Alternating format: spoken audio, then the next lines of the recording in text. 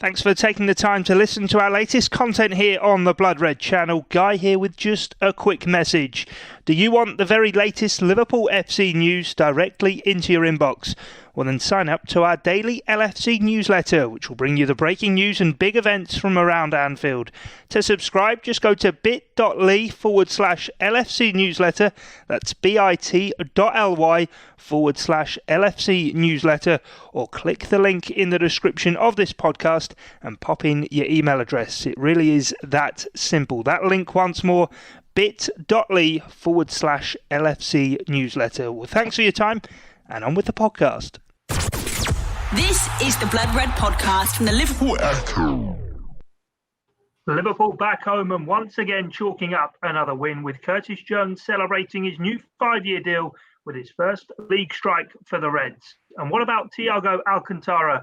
Well, welcome to the Blood Red podcast. I'm Guy Clarke, as we get set to get stuck into the Reds' 2-0 home win over Aston Villa, those Thiago rumours, and look ahead to Wednesday's seaside trip to Brighton. Alongside me to do all of that, Ian Doyle, Joe Rimmer and Connor Dunn. Gentlemen, how are we all keeping? I'm very well, Excellent. thank you. Thank you. How are you, Guy? Yeah, not so bad. Not so bad. And we I suppose best skirt over the first 70 minutes from yesterday's result at Anfield. Doyle, you were there watching on, and Liverpool obviously got the job done, but it wasn't the prettiest of showings, all told. No, I think my main takeaway from the game was I was amazed it could be so cold in July. It was absolutely freezing, and I'm genuinely mean it was freezing. It's unlike you to complain about the weather. Yeah, I've been big on. I had to put the hood up. I was still shivering, and that was just, well, it was very windy, let's put it that way, and we didn't really notice it until after the game. We went out and, you know, when we were walking back to the car or whatever, and it was getting blown away. So you imagine that didn't help the first 70 minutes of non-football that was played. But yeah, it was, to be honest, I think this is what it's going to be like for the rest of the season for Liverpool. There's not really much of an edge to the game, really. They've already won the league. They will play a couple of players like they played on Sunday that wouldn't normally play. I'm sure we'll get on to Naby Keita, Alex Oxlade-Chamberlain and Divock Origi in a bit. And, you know, the fact that there's no fans as well, that perhaps removes another side to it, because, you know, it must be hard for them to motivate themselves. But for all of that, they still won 2-0 against an Aston Villa team that, for about 45 minutes, probably about 55 minutes, did pretty well. They defended very well. They had a bit of a threat on the break, but, you know, you only need one good player. One player to have a very good game for Liverpool in that sense. That's Alisson Becker, and he did. He was the man of the match. He made a couple of good saves, but it wasn't so much that. It was just the fact he held the ball quite well. You know, he handled the situation with the terms of the wind, and I never ever thought Aston Villa were going to score. And once Sadio Mane nets the opener from a good pass from Keita, that's it. And yeah, it was a good story for Jones to cap a nice 24 for him, for Curtis Jones to get his first Premier League goal, his first goal in front of the Kop too. Yeah, and Joe, I suppose, as Doyle said there about Liverpool and it not being the greatest showing, and that might be how it will be for the rest of the season. I suppose that you could make the argument that it's actually been like that for large parts of this season anyway. Liverpool get the job done. They're on to 89 points and look like they could end up being one of the Premier League's greatest ever sides, but they don't play swashbuckling football all the time, do they? No, they don't. They manage games, and they manage them very well. You know, yesterday it wasn't the greatest spectacle, but they never really looked in danger. And as Doyle said, they got the job done. And look, midway through the second half, one highly experienced football journalist suggested that Liverpool might not win another game this season. So, you know, they still went and got the job done, didn't they, Doyle? Who said that? Did I say that? You said that. You said that midway through the second half. I can't remember. I can't remember that. They might not win another game this season. I never said that they wouldn't win another game. I said I wouldn't be surprised, and I still wouldn't be. I still wouldn't be surprised, because the team, almost all of the teams they're playing, have got something massive to play for. And if you'd have said at that point that Villa were going to win 1-0, I think you would have gone, well, yeah, probably right. But Liverpool did have the extra quality, and I'm sure you're going to mention the substitutions midway through the half. And go on, Joe, I'll let you carry on. Yeah, well, I do think that they've got a squad of players there that can change games, and they've also got quality. And, you know, it only took a moment in quality, didn't it, to unlock Villa. And it was a great pass from Keita, a great finish from Mane. personally, I think I'd like to see them.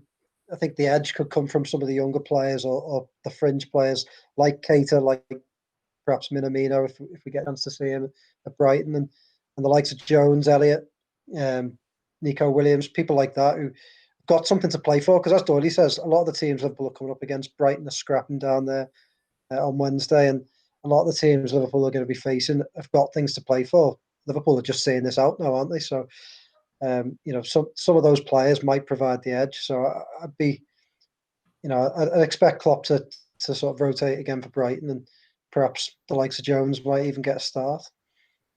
Yeah, Connor, Dean Smith referenced it after the game, the fact that, and so did John McGinn actually in his Sky Sports interviews, talking about how Liverpool were able to make the full change that they did before getting that first goal. And obviously, normally you'd see a triple change happen at once and think, crikey, manager's using up all of his substitutes. But with that 5 substitute rule that is now in place in the Premier League, it really did play into Liverpool's hands.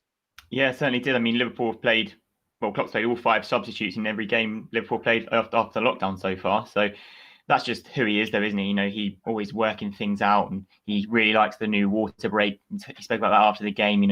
He loves to get a chance to deliver tactics to his players and stuff like that. But yeah, I mean, when you can bring on 3 players of the quality of Henderson, Wijnaldum and Firmino, it's going to change any game against any team, no matter who you're playing. So, and we obviously saw that Liverpool's quality massively stepped up, as much as it's Keita's great pass and Mane's great finish for that goal, Firmino's movement to draw defenders away to make the space is also fantastic. Henderson got Liverpool on the drive. It's those players that just constantly make the difference for Liverpool. But as we were saying there, the young players are probably going to be the ones who, towards the end of the season, have something to prove, have something to play for, show Klopp what they can do. And I think without the fans obviously being there, Liverpool are a team that thrive off an atmosphere and play for an atmosphere. They're going to need something else, and it will be the young players and the substitutes coming on, changing the game and switching things up, as we saw yesterday. Saw the 3 changes as well before the match, Doyle, from the defeat at Man City, with Ox, Naby Keita and Divock Origi coming into the side. Divock Origi wasting no time with the barbers reopening to get himself a new hairdo. Plenty about that, as do I, but less of that. We'll talk about their performances. And I suppose Divock Origi, probably the main player from yesterday's match, to sort of feel as though he maybe didn't take the chance that was given to him. No, I mean, it wasn't big for him, was it? He only likes like Champions League semi-finals and derbies and the Champions League finals and stuff like that, So it wasn't a big enough game. I mean, he started off down the middle, which is where he's his best position. And I think I worked it out that the only other time he started there in the Premier League this season was against Everton when he scored twice, didn't he? So in the 5-2 game back in December. So I don't know. It's because the fact that the edge is gone, it's more difficult for players such as Origi to make an impact because they know that the players around them aren't playing at absolute 100% no matter what anybody says, because that's human nature now. They won't want to get beat. I mean, since they came back, they've, drawn 1-2 and lost 1. And they kept 3 clean sheets. So that tells you that, the City game was just the City game. Everybody can get beat by City 4-0. But the rest of them, they just kept it tight, and they've looked to make sure they don't really concede very much, and they managed to get the 2 home wins. But for players like Origi, he's just, I wonder whether his race might be run now at Anfield. I think he was, it's almost like if he hadn't scored in the Champions League final, I'd wonder whether they would have offered him a new contract. I don't know, because obviously he got one, not so much off the back of that, but the way that he ended the season, he had quite a big contribution in the last few weeks of last season. But he's somebody, I was actually speaking to Neil Jones, who used to work with us, and he reckons that the reason that Origi makes such an impact is because he's so different to all the other players, because he most of the time doesn't really fit in with everything that they're doing. So he's kind of unpredictable. So when he comes on as a substitute or he plays the odd game certainly against the bigger teams, he can come in and make a difference. But when you've got a game like Aston Villa where you need him to do a job, he wasn't able to do it, whether it was under instructions from Klopp to move to the left wing and the right wing and rotate with Salah and Mane, I don't know. But also the other players might not be used to playing with him. I know they put him in training, but it's not quite the same as playing in a full match situation. So it is difficult for him. As I say, I think if Liverpool get a good offer for him in the summer, they may decide to get rid because, well, I wouldn't say they need the money, but it would be good money for somebody who's made very minimal impact this season. especially when they've got someone like Ryan Brewster, who I know it's a completely different level, but he's up and coming, and we've been waiting for him for quite a long time. But you look at the Championship, he's now knocking the goals in for Swansea, and it's whether or not Klopp goes, okay, well, if we get this big money for Divock, we'll take it. We'll promote Ryan into the first team squad permanently. I mean, there's a lot of ifs and buts there. But again, of course, Origi's performance, and don't forget they do have Minamino, but does pose the question: do Liverpool need another forward option in the summer? Should they shell out? We mentioned the TW name quite a lot on this podcast. That's gone, but there are still lots of other players out there. So it will be interesting to see what happens. I do wonder whether Liverpool might end up doing something on the back of what happens in these last few games, even though Jurgen Klopp said, look, it doesn't really matter. I know how good these players are, but I'm sure we'll see. Yeah, Joe, what's your take on it? Because there's been a number of high-profile former Liverpool players over the course of the last 24 hours all coming out and having their say. And quite like Doyle, it seems to be a uniform view on Divock Origi right now.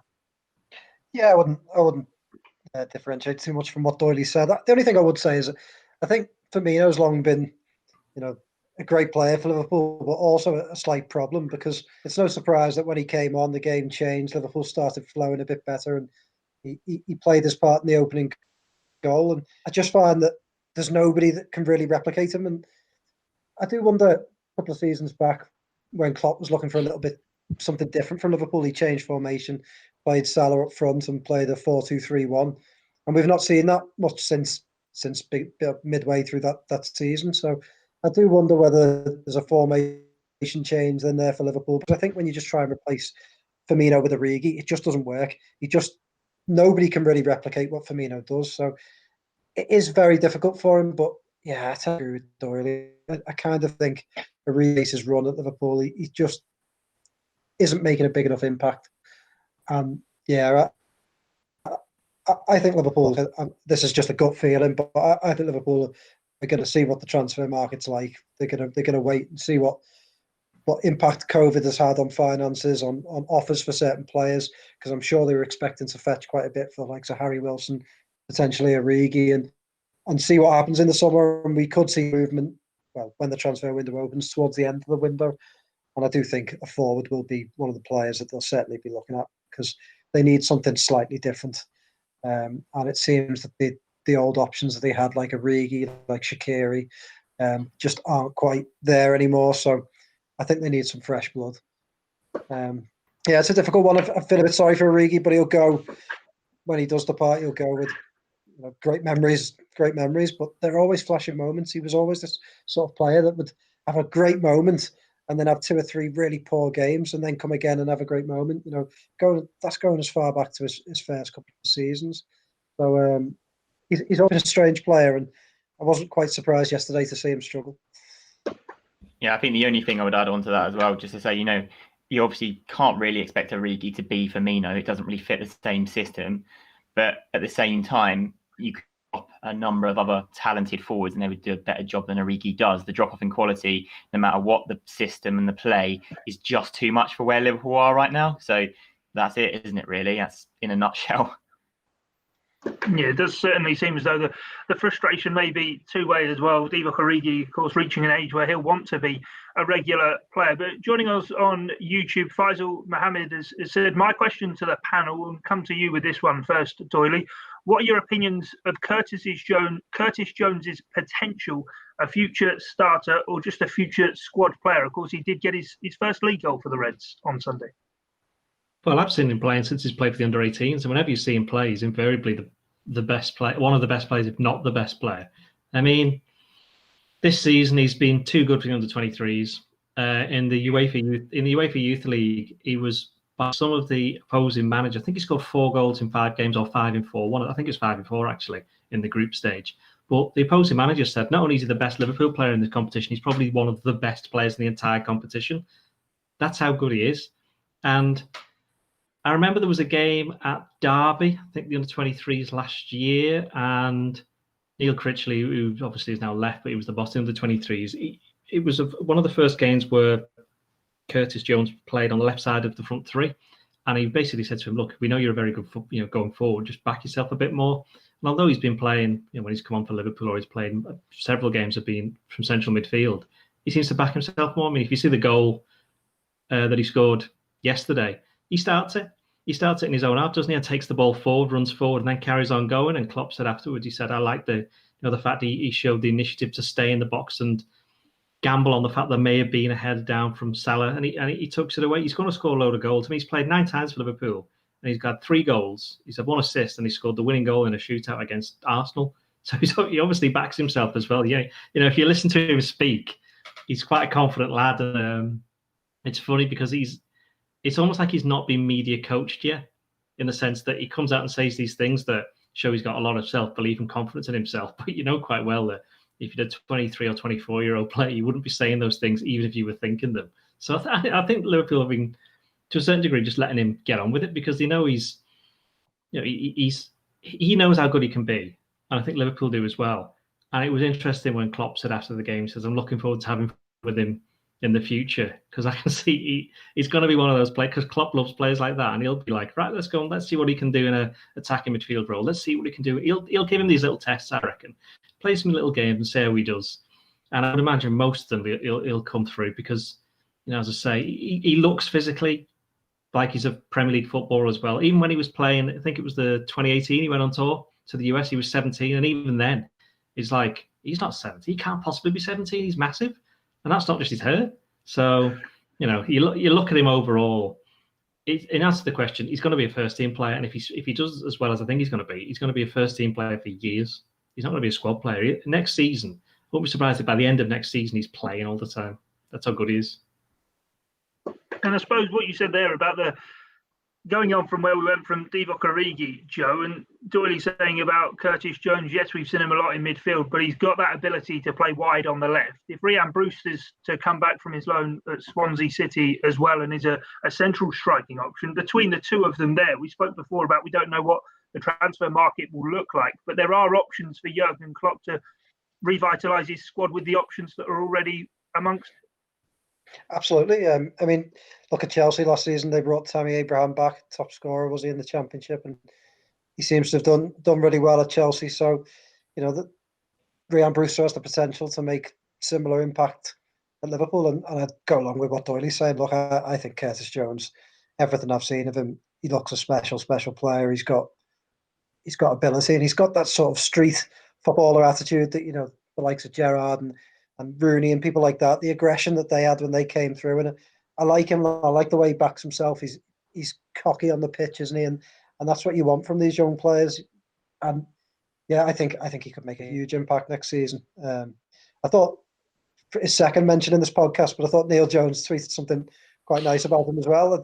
He tweeted last night saying that a lot of focus has been on youngsters at Man United and Chelsea and City with the likes of Greenwood, Phil Foden and Billy Gilmore, but Liverpool haven't really had to use Jones that much because of how well they've done this season in the Premier League. But when they have used him, he's been brilliant. So they've managed to manage him quite well, to put him in when needed and not overexpose him. And I think Klopp's done a great job with him. And I think next season, we know Adam Lallana's moving on, so there'll be space in the squad for him. And as you said, Guy, he can play in a couple of positions, so I think we'll see a lot of him. And I think that's what he says. I think he'll make an impact because he just is one of those kids that he can make an impact. He can score goals. He can create goals. He backs himself. He doesn't shy away. It's the perfect cocktail of a really, really good footballer. So he's one that Liverpool fans should be excited about. I know everyone loves a new signing. I know everyone loves a transfer. But, sometimes you just need to look within and see that there are good players there to get more game time. And he's one of them. Yeah, you've got to think as well, considering the last 2 seasons that Liverpool have had, considering how well Liverpool play, considering the standard of players they've got, especially in an attacking sense where Curtis Jones plays, and you still notice him, you still mention him, when he comes on the pitch, you still think, yeah, he's decent around those world-class players. So, yeah, as both the boys have said, very excited for the future. Yeah, Connor, come back to you then on this one, and a player who caught the eye after the substitutions were made in an attacking sense, got the assist for the first goal, was Naby Keita. It seems as though every time he plays, we're desperate for him to do well, and then we talk about him immediately on the podcast. Are we at a stage with Naby Keita where he just needs to be left to doing what he can do and hopefully get a regular run of games before we start evaluating and analysing what he does with every kick? Yeah, certainly. I mean, he's a really tricky one, isn't he? Because he came for a fair bit of money. There's a lot of excitement. If I had to wait for a year, but the whole story of Keita has added to all of this. He hasn't really caught fire yet. Might be a little bit of a highlights player, but he has to get a solid run in the team, as you said, before you can really make any snap decisions. But it's, again, in the game against Villa, he wasn't brilliant by any stretch of the imagination. The pass was brilliant, and that's what people remember from the game, isn't it? He gets an assist, which is great. It's an end product, but I think that's sometimes what's been slightly lacking with Keita, that final ball, that end product. But again, we need a bit more time with him. I know it's been ages, but he's had fits and starts in the team and never really seemed to get going. And every time he has hit a little bit of form, he's had a really unfortunate injury. Think back to the Barcelona game, first leg last year. Just things like that. So it's tricky. The other thing with Keita is that, I mentioned this in my stuff yesterday, is that normally with those substitutions on the hour, he'd have been one that would have gone off. And this time, Klopp, for whatever reason, I didn't think he should have gone off anyway, but Klopp decided to make two changes in midfield and took Oxlade-Chamberlain, which was fair enough. Didn't have a particularly great game, but took Fabinho off, and I thought he'd done all right. But Henderson comes on, Keita stays, and within a few minutes, he said, as Connor said, he puts in the pass of the match easily, because it's one of those ones where you look at the time, you think, oh, that was fairly straightforward, but then you actually see the move from different angles, and you go, well, has he seen that? Because it was the run from Mane. There wasn't any, he managed to put it into a space that just invited Mane to come in and hit it. And while already having the ball inside the 18-yard box, which, considering Liverpool didn't have a lot of possession inside the Aston Villa penalty area, it was used the ball very well. And that's what he can do. I remember there was a piece written about him, I can't remember, it was a while ago, saying with Keita is that he's the kind of player that Liverpool are quite happy to have like 6 passes into the area and 4 of them are rubbish. So it looks like his stats are like, his pass completion rate's terrible. But the other 2 either create a goal or a very good chance. When you're playing against a team like Aston Villa that, has, packed defence, Liverpool weren't really getting anywhere, then that's the difference he can make. And I do wonder the fact that he stayed on, and Klopp was very complimentary about him after the game, saying he always offered himself for a pass and he always made space and he was always looking to move the ball forward, which we know he can do the way like play, is whether we're going to see a bit more of him between now and the end of the season, because Klopp knows this is a chance now for him to actually show what he can do. Bit of breaking news: Harvey Elliott has just signed his first professional contract with Liverpool. Has he? He certainly has. Yeah, they've just put it out now. Just reading nice. through it on the club website. They just waited for us to do this podcast, and then that's nice. Yeah, well, we've already written it a million times. He was about to say. No, we have. The deal is over the line. And he's certainly a player with a bright future. But Joe, on the Keita point, as Doyle said before, he's that kind of player that a lot of Liverpool fans have been screaming out for the club to have in the midfield, the guy who can sit on the edge of the box and play those probing passes into the penalty area. And of course, over the last week or so, the links have intensified with Thiago Alcantara, which Jurgen Klopp was actually asked about immediately after the game. He was, yeah. It's a strange one. You're probably best coming to Doyle for Thiago, I think. He's had, come to me. Yeah, come to me. Come to me. Yeah, Ask me. Come on. Doyle, is Thiago Alcantara going to sign for Liverpool? At the moment, no. He's not. They're not interested in him at present. I'm not going to say they're never going to sign him, because you never ever can tell. But right now, they've absolutely no interest. The end. Sorry. It's a restart that fight. Jurgen Klopp does like him as a player. So. Yeah. So Jurgen Klopp, they were monitoring Messi last year, but that was because they're about to play Barcelona. So it would have, So that doesn't mean they're going to sign him. So, although let's face it, if Messi's out of contract at the end of next season, they should be going for him. Please don't turn that into a story. Had it here first. Yeah, I'm not sure that's Club should be interested in signing best player ever. What a story that would be. But does Keita's performance yesterday not sort of show that Liverpool do need that kind of player who they can trust and rely upon? Obviously, Keita's had his injury issues, but when you look at how obviously it played out yesterday, so much of the creativity, Joe, for Liverpool comes from the wide areas. And yesterday, Trent and Andy Robertson both struggled to get into the game in a creative force. Absolutely. I think it's the sort of player that we've wanted Keita to come into the team so many times this season. And I don't know, we always do our lineups before the game when we all pick a team. And I don't know how many times we've all said, oh, I'm tempted to put Naby Keita in because he offers them something different. And he does pass the ball forward. You look at him, he takes risks. He looks up and he looks to try and get those cute little passes into the penalty area. He just, to me, for Keita, I just want to see him get involved in the game a little bit more. I find him yesterday, I think especially in the first half, I find he drifts out of games a little bit. And then, he has his one moment, as Connor said earlier, and people remember the moment.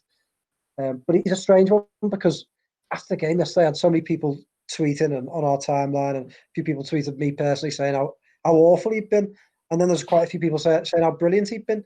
And the truth lies somewhere in between. And you just want him to be more consistent. I want to see him involved in more games and make some of those highlights become a bit more common.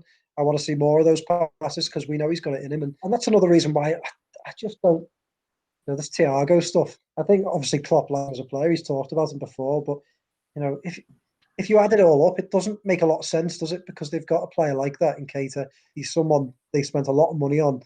He's younger than Thiago. He's somebody that Klopp clearly likes as well. So surely, Liverpool have got their own Thiago. They just want to get him on the pitch and get him playing. And I'm sure Klopp believes in him. He's not the type of manager who just writes people off, especially when he spent so much money on him. So, I do think again, Doyle wrote this in his analysis yesterday. He'll use these last few games to get Keita on the pitch a bit more often and to just try and get his confidence up. Because I think as well, let's not forget, he came over to a foreign country. He was, he's got to adapt to language, the lifestyle, and then playing in one of the most high pressured teams in the world. So it's a very difficult thing for him to do. So I still think he needs time to adapt, and I hope that we'll use these last few games to try and get him in on the ball and get him in the team. He has been there for 2 years though, so it's not as if I don't think he should be adapting in that sense. But I think it's more.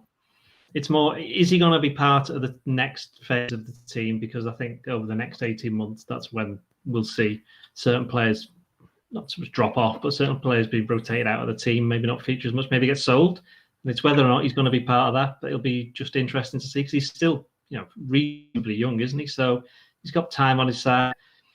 I think he obviously knows everybody else plays in the team, so there's no excuses there.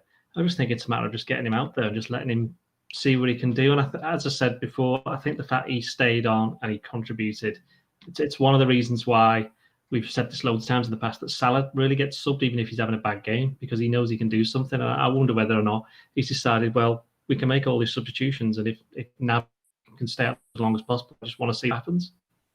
Yeah, I think as well, you said there as well, Joe, it comes down to confidence, doesn't it? When he's playing well, he seems to play really well. And obviously when Liverpool started playing better yesterday, Keita came on again. Keita got better. Keita got the assist. When Firmino came on and Henderson was around him and he was with Ronaldo, I think he just struggled a bit to influence the game alongside Oxlade-Chamberlain. Together, it just didn't really work very well, did it? And I think that might have had a little bit to do with it yesterday. I know Keita himself has been in lots of different teams over the past couple of years and played with different players, but yeah, he always seems to thrive when Liverpool are playing better, which makes sense. But yeah, just hopefully he can get some confidence heading into next season and kick on. Well, let's then look ahead to Wednesday with Brighton. Come to you first on this one, Doyle. And I think it's 5 away games now. Liverpool, they've lost 4 of the last 5, not scored in any of the last 5. Going to Brighton then, a side who are at the wrong end of the table, albeit obviously there's not a great deal other than records to break for Liverpool to play for. Probably comes at a good time, does it? I wouldn't say that. I think Brighton are doing quite well at the moment, and they're not conceding that many goals. Who did they lose to? They lost to United 3-0, didn't they? But my views on United is that they're thriving without their fans. So I think that's a problem for them. No, seriously, I think it's a problem for them. It's a problem for them mentally going forward because quite clearly, it's almost like the Liverpool situation for years and years and years. It's going to be 7 years since they won the league. It'll be 18 if they do win it next year, which is unlikely. I just think that I think it's these changes to some of them enforced, obviously, we know fans, the other ones with the drinks break we mentioned and on the substitutions, it's kind of exposed negatives and positives for certain clubs. And I think Liverpool, perhaps the squad strength is possibly better than perhaps we thought, as we mentioned about the youngsters coming through. Perhaps they're better, they've been given a chance.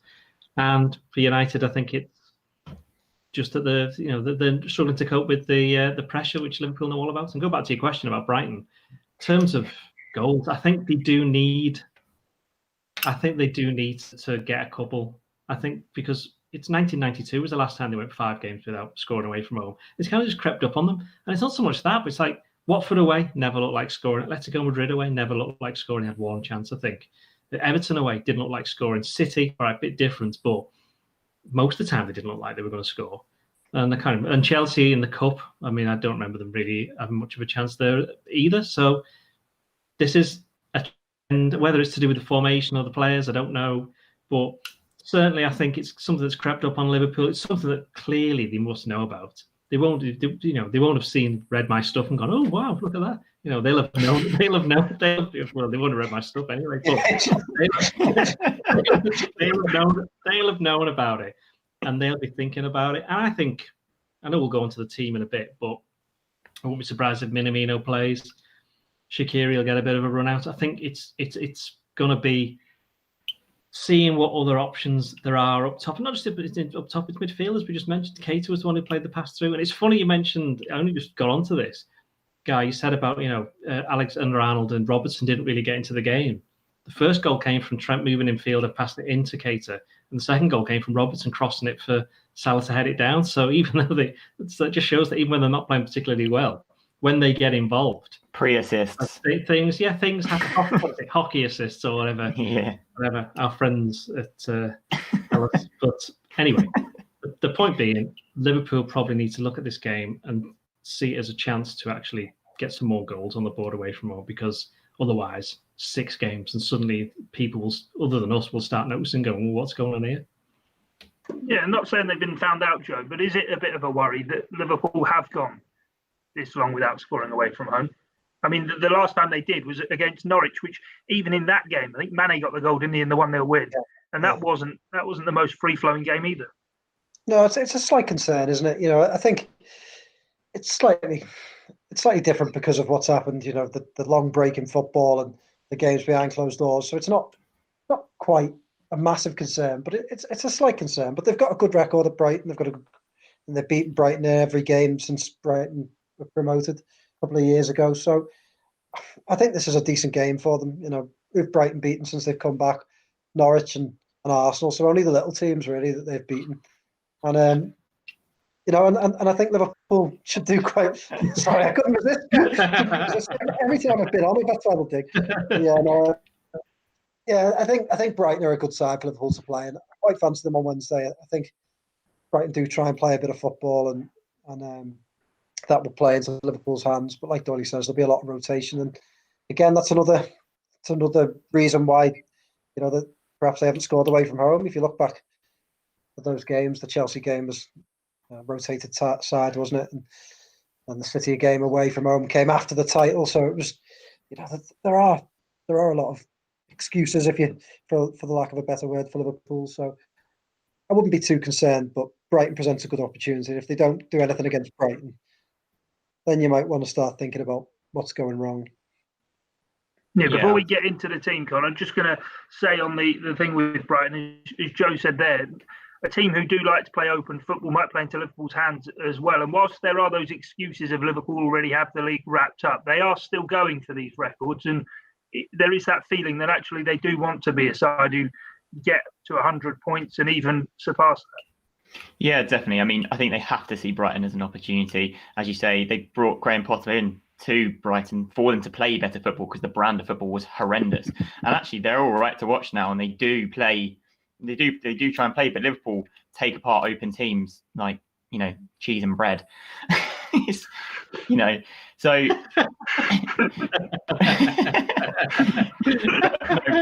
in all seriousness, Brighton are on 36 points now, which they stayed up with last season.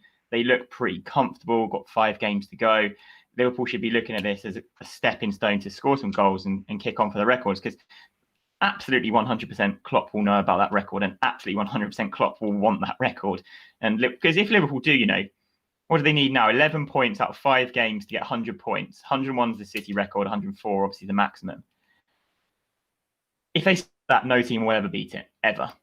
no way will this ever happen again. This many games, this many wins, and I think that opportunity for Liverpool is one they shouldn't pass up. Certainly. Right, let's get into the team selector. Brighton, incidentally, have only conceded against Manchester United and Arsenal, so only sort of top sides in the division. But anyway, let's get into that man Nicolas Pepe, who made up so many of these Blood Red podcasts once upon a time. What did Arsenal win that game? Yeah, exactly. Moving on to the team selector then.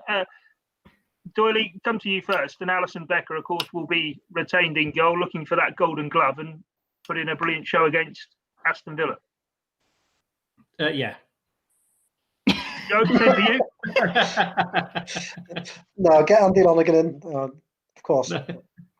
Yeah, and Connor, you're completing the set. Obviously, that save against Grealish at the end was phenomenal, really, and that's just the proof as to why he's Liverpool's best goalkeeper in the Premier League ever. And you're back full, Connor? I'd be tempted to give Robertson a rest here. He had a slight knock. He hasn't been the best of form the last couple of games. Milner will be available, so I'd put him in at left back. Van Dijk and Gomez have to come in the middle. Lovren's struggling a bit and not going to be available. Matip's out injured. Right back's an interesting one, whether you go with Trent or whether you go with Nico, but I think probably Trent as well for me. Doyle? Yes, I agree completely with what Colin just said. I think if Milner had been fit, he would have been against Villa. But if he's okay, then he's playing because Robertson, although he was slightly better in the second half, he was not great again. I think he's tired.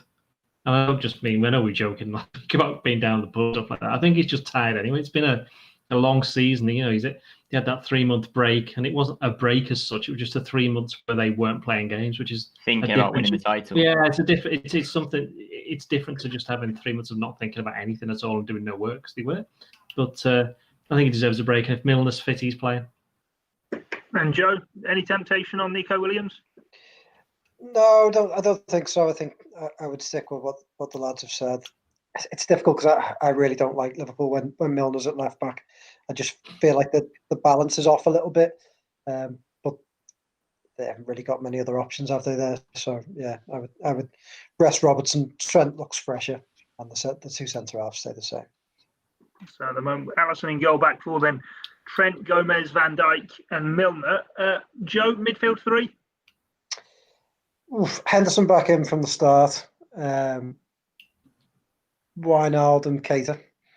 Keep Keita in there and try and get him flowing. He got that assist, try and build on it. I'd be slightly tempted to put Curtis Jones in, but perhaps might put him in the front three instead. Doyle, yourself?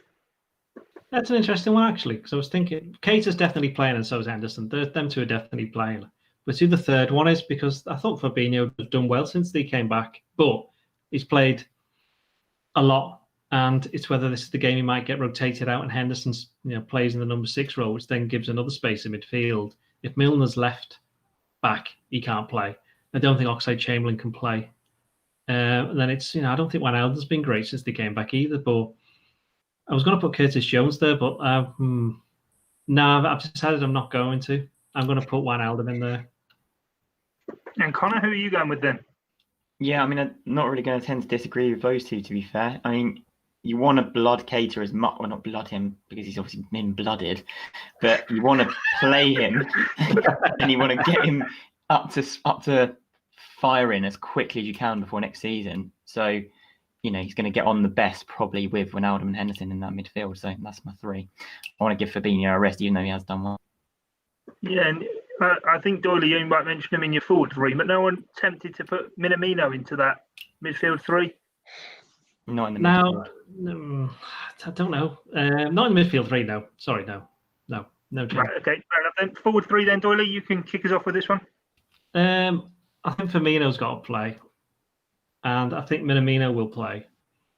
And the only problem is that I don't think Mane's been this again. I saw some people gave Mane man of the match on Sunday, and I was like, no, I thought Salah did better actually, given the fact he got absolutely no help from the referee whatsoever, who seemed to just not give any kind of free kick towards it. But if you're playing Minamino and you're playing Firmino's got to go down the middle. Minamino which wing do you put him? So if you put him right, you're going to have to put Mane left. And I suppose that, but then I might play Curtis Jones. I don't know. Just as well I'm not the manager, isn't it? I'd be very undecided. What about Divock Origi? No, he's not playing. Origi's not playing. Shaqiri's not playing. Oxlade Chamberlain's not playing. You know, we get them down to those far. And right, okay, Minamino down the, sorry, Firmino down the middle, Minamino on the right, and Mane on the left. There you go. There you go. After Doyley's eventually chosen, Joe, what are you going to go with? You know what? I wanted to put Curtis Jones in myself, but then I'd forgotten about Minamino, and you said him, and now I think I'm just going to the same as Doyle. But then I do want to get. No, hang on, this is my team. I think he'll play Minamino, but I'm putting Curtis Jones in. So I'm going to go Firmino in the middle, Curtis Jones on the left, and Salah on the right. I wouldn't be surprised if it was that either, to be honest. I wouldn't be unhappy either. Oh, so let's face it, the game, you know, they're going to make about 15 substitutions anyway, so it'll probably, who knows how the team that ends will be completely... No, they can make 5 substitutions. Fair enough, same thing. And Connor? I'm going to start Mane, Salah and Firmino. You don't necessarily think... No, but Salah and Mane are going to know about the golden boot. They're going to want to play. They're going to want to... They know they'll get chances, and they'll know they'll score against Brighton if they get them. So I think they'll be desperate today, and you can't not start Firmino after putting him on the bench for the start of this game. So that's my front three. The front three is the front three. Well, we'll have to wait and see if Liverpool can end their drought away from home, and if Mohamed Salah can add to his 2 away goals in the Premier League so far this season. One of those stats has is that meant to be a dig? Before. Yeah, it's not a dig like that. No, it's not a dig like that. It's just I can't. It's the true anomaly for me of the Premier League season that Salah's only got 2 away goals so far this season. Well, don't forget you can get all the coverage on the Liverpool Echo website, the live match blog on Wednesday. In the meantime, of course, the news that Harvey Elliott has signed a new his first professional contract with the Reds. You can also catch up with all of that on the Echo website, as well as plenty of content across the Blood Red channel here on YouTube, as well as on our podcast streams. But from myself, Guy Clarke, Connor Dunn, Ian Doyle and Joe Rimmer, thanks for your time and company. It's bye for now.